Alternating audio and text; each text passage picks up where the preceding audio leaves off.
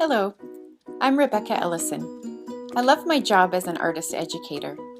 As I create art with students and teachers, I draw upon my passion for creating visual art and my background in occupational therapy with children.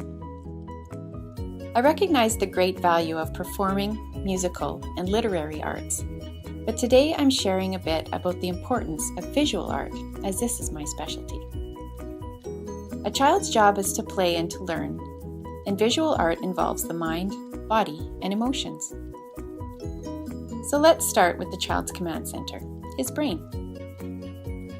Our highest levels of cognition are called executive functions. These become actively engaged when planning, practicing, and producing art. What begins as a simple spark of an idea goes through the process of decisions, problem solving, attention, focus, self-evaluation, and time management before becoming a child's own masterpiece.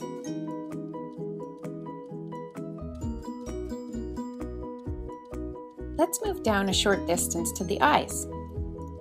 One thing I often point out to children is that the eyes of an artist and scientist are very similar.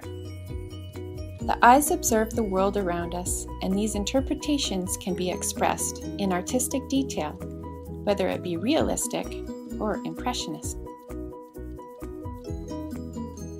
As a child learns new words to orally describe what they are seeing, their language centers are impacted by art.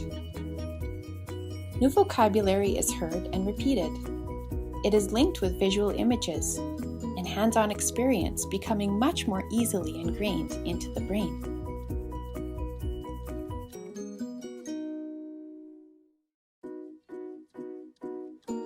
A child's world expands as he learns about horizon, perspective, hue, and many mediums, techniques, tools, and famous artists.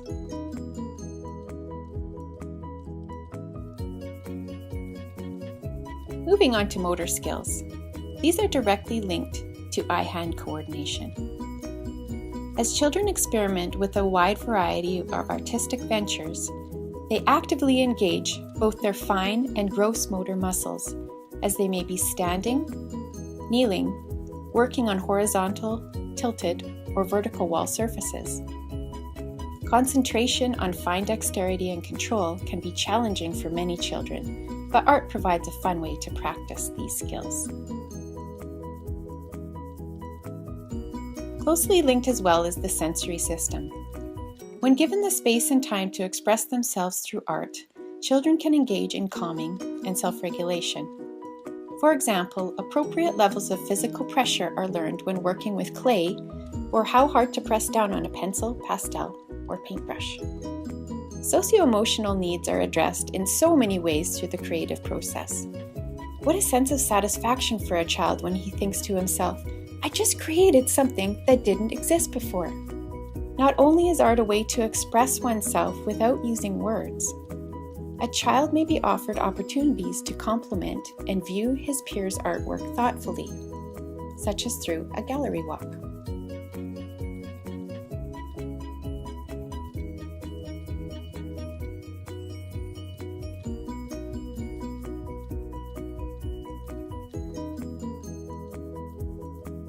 Though there are rules that can guide proper technique, the art that is produced is ultimately controlled by the child, and his will be unique from everyone else's. Finally, the links between a child's school, home, and life experiences further reinforce the value of using art to reflect on learning in any academic subject.